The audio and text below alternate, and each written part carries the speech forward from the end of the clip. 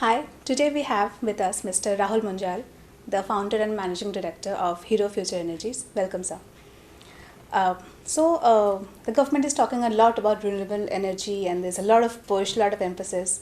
What are your big plans for 2016? The government has been talking a lot about renewable energies, and we know that because the plans have increased over 5 times with the new government coming in. So the 175 gigawatts that they're talking about, I think, is a wonderful target to begin with, and it is a doable target. And companies like us, who got into the industry before this target came out, our plans have basically more than doubled because of this. Earlier, as you know, we are a company that started in 2012 late, so early 2013. Earlier, we had planned to do 1 gigawatt by 2020, but our new plans are to do more than 2.5 gigawatts by 2022. So our plans have more than doubled because of the push that this new government is giving renewable energy. And our plans for this year alone is to do at least half a gigawatt, which is 500 megawatts in wind and solar combined. Okay. What is the current mix for wind and solar and where do you want to take it up to, say, in the next 5 years? Yeah, excellent question again. When we started off the business, we thought we will do 25% solar, 75% wind. But with all the excitement around solar, we decided that our mix should now be 50-50, 50% wind, 50% solar. But having said that, the company that we've created, we have a flexibility of doing wind or solar. So we are developing both the competencies. Depending on wherever we get more opportunities, wherever the returns are better, we will choose either or. But as of now, going forward, we'd like to do 50% wind, 50% solar. But the industry has issues with wind. Not many PPAs are being signed and there are other issues. So these are they're not issues with wind per se. These are very state dependent issues. Okay. So it is very easy to navigate. It's not easy, but it is possible to navigate around these issues by being in certain states and in certain areas. So every industry has problems, and so does wind, so does solar, so does the other infrastructure companies, so does the other power companies. Yeah. So, but the idea is, how do you best tackle these problems? How do you create these challenges into opportunities? So wind actually does still have a few opportunities or some opportunities, and personally, because solar has less moving parts, people prefer solar. Okay. Yeah. A big part of government's solar push is rooftop solar projects. Yeah. So what are your plans for that part? Absolutely, we are going full steam on rooftop solar. I think rooftop solar is a very, very good solution for India, given the fact that our grid is not capable of taking in as much renewables as we are planning to put in over the next 5 years. Thereby, it is going to be very, very important, firstly. So because of the grid, we have to do rooftop solar. Secondly, we all know the kind of land problems we have in this country. How difficult is this becoming acquiring land, especially large pieces. And according to me, if you have a rooftop and you're not using it for solar, I see it as an opportunity lost. So it is something, it's an income which you could have earned, but you're not earning. In other words, it's like you have an apartment you can rent out, but you've left it empty. So that's what I like to say. Rooftop solar is definitely the solution for India. Talking about grid, although we are talking about big renewable plants, grid stability is a big question. Yeah. There are not enough green corridors. Even if there are, there is no connectivity to the state. So what is the solution you think is going forward? Yes. So we are talking about a green corridor.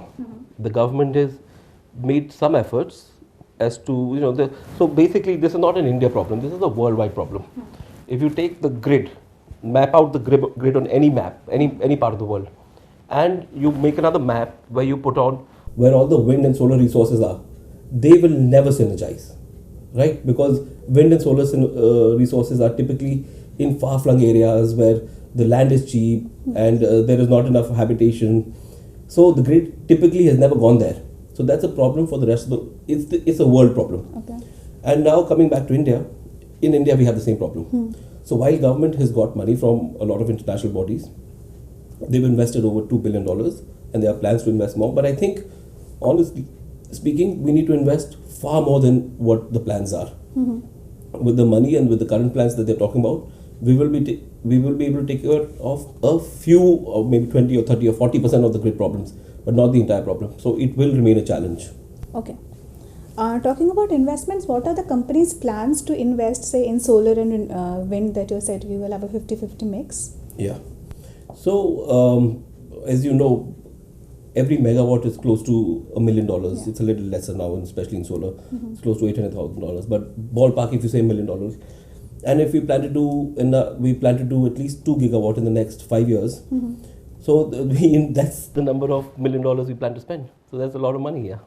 Okay. Yeah. Do you plan to go abroad? Yeah. Yes, I don't know if you've read this about us, but we've been very, very candid and open about our international ambitions. We would definitely like to go abroad. We think India, inherently, our renewable industry is very large, and it has taught us a lot. The costs that we have in India are far higher, far lower than other parts of the world. So there is a lot of learning that one can export from India to the rest of the world. And if I see all the countries in the world, some of them were early adopters, India being one of them. Some of them haven't started renewables yet. But after what happened in Paris COP21, the world is very, very excited today. Everybody is gung-ho about renewables, and they're looking for solutions. So we will find countries and geographies who are starting this trend now, and we are searching for these countries as we speak. Any geography that you've marked already? We are starting with Southeast Asia, but we'll very quickly be between Southeast Asia and Africa. Africa. Yeah. How big is the African market, do you think? You know, African market in every country is small, but together on the continent it's fairly large. Okay. So it's a dispersed market. Yeah. Coming back to India, the kind of solar tariffs that we're talking about, where do you see it going? Okay. It's a very tough thing to talk about. I'll tell you why. The difference in the solar pricing is coming because the costs are going down. Yeah. So solar price at 4 rupees 65 paisa is because the solar panel cost has gone down by 30%, 40% in the last 1 year alone. The interest rate has gone down by almost 15-20% in the last 1 year.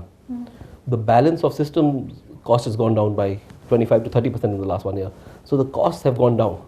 Now going forward, will the costs continue to decrease is the question we need to ask ourselves. And the answer to that there are arguments on both sides. Today, the demand and supply difference in solar PV, solar panels in the rest in all over the globe, the difference is about 10 to 12%. So with China slowing down, will China stop doing 10, 12, 13 gigawatts of solar panels every year and consuming them? If they go on consuming, and they go on putting up these 12, 13, 14 gigawatts worth of solar plants, then the prices will stay where they are. But if there is a slowdown in China, the prices will further drop. Having said that, I'm sure you must have seen in the newspaper today or yesterday or today, China is shutting down coal mines and it's shutting down, not giving any more coal licenses. So if it does that, that means it will further push solar projects. Yeah. So then the demand supply might, so instead of reducing from 14 gigawatt, they might actually increase. So if they increase their usage, then the prices will go up. If they reduce their usage, then the prices come down. Okay. So you see, so it's a very international business dynamics which are going to be deterrent on Indian solar pricing. Yeah. Okay. Also, a lot is being said about storage solutions. Yeah. So, do you have any plans to? Yeah. So we are very actively looking at solutions for storage. Storage is definitely the next big wave that we see coming after solar. Just to give you an idea, storage typically costs, so today solar costs roughly 5-6 rupees a unit on a rooftop. Storage solar also costs 5-6 rupees. Okay. So once you store solar, it costs you 10 rupees, 5 plus 5 or 6 plus 6, 12 rupees, anywhere between 10 and 12. Diesel generated cost today is 16 rupees a unit. So you'd rather have a 12 rupees stored solar solution than a 16 rupee unit from a diesel generated power. So once this understanding is coming in, people are moving towards solar and storing solar energy. Could you give us a sense as in how big could be the energy storage market in the next 5 years? I think in the next 5 years, it has a potential to replace a very large part of the genset market in the country. That's huge. So, yes, yes. Okay. Yes. Also, what is the company's plan about offshore wind energy?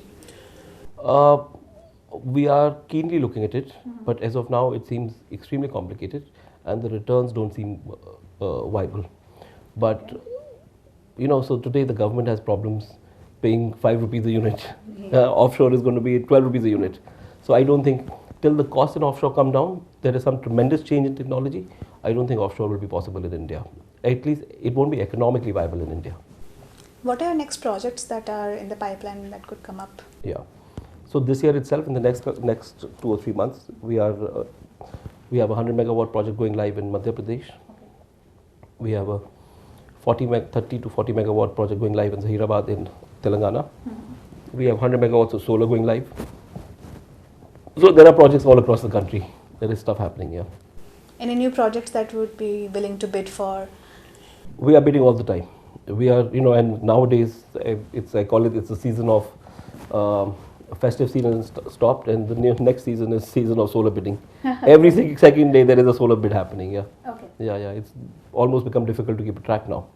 Yeah. How is your presence in hydro? We are not present in hydro. Do you plan to get into hydro? Yes. We would definitely like to be in the hydro industry.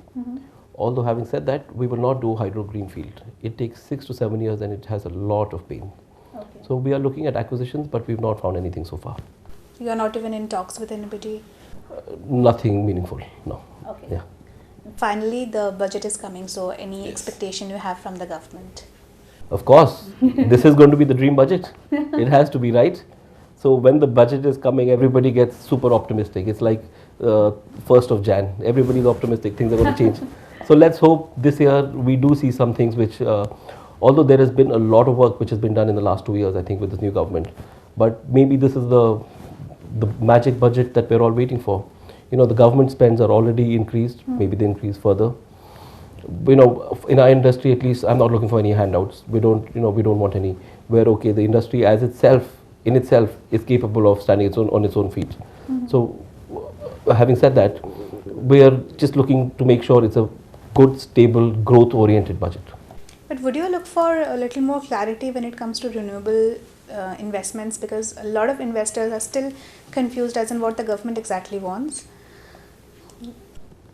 Government knows what it wants. It wants 175 gigawatt. Yeah.